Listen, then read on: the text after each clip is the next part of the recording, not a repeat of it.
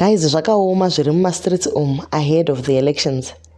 Hanzi Mwonzora weMDC atizivi kuti ipi yacho has been allegedly consulting maprofita to get votes in August presidential. Welcome back to your channel. Mbuya mai benji vauya nenyaya dzenyu dzinotapira dzinonaka dzichangoburwa dzese dziri fresh. Please don't forget to like and subscribe for more.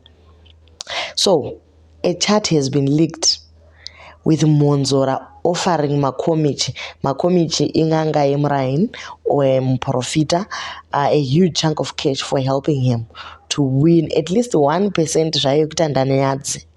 He knows what's coming, but the prophet is not having it because Mwonzora hanzi ari unreliable and kumasuro kwakamboitirwa rimwe basa and he failed to pay.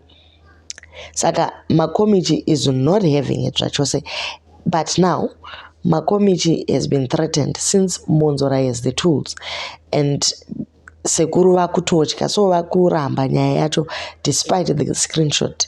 Pane message yakatumirwa nezuro to Econet users kunzi tokumbiro mutitsvagirewo kuti who's the one of this number yakanga yakaisiwa pachat.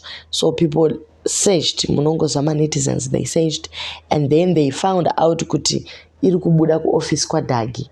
Vanhu pavawana zvinhu izvi paEcocash, they sent the evidence and it was such an embarrassment that he has fallen from people's favor.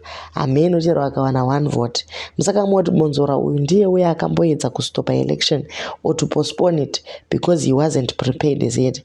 Achiti hasati aplana kwekuitira marally, he also needs to know age group yekuapproacha. Like the High Court dismissed application yake because it wasn't making sense, trying to stop a whole election for Zimbabwe. So guys, tell me what you think in the comments and please don't forget to like and subscribe for more.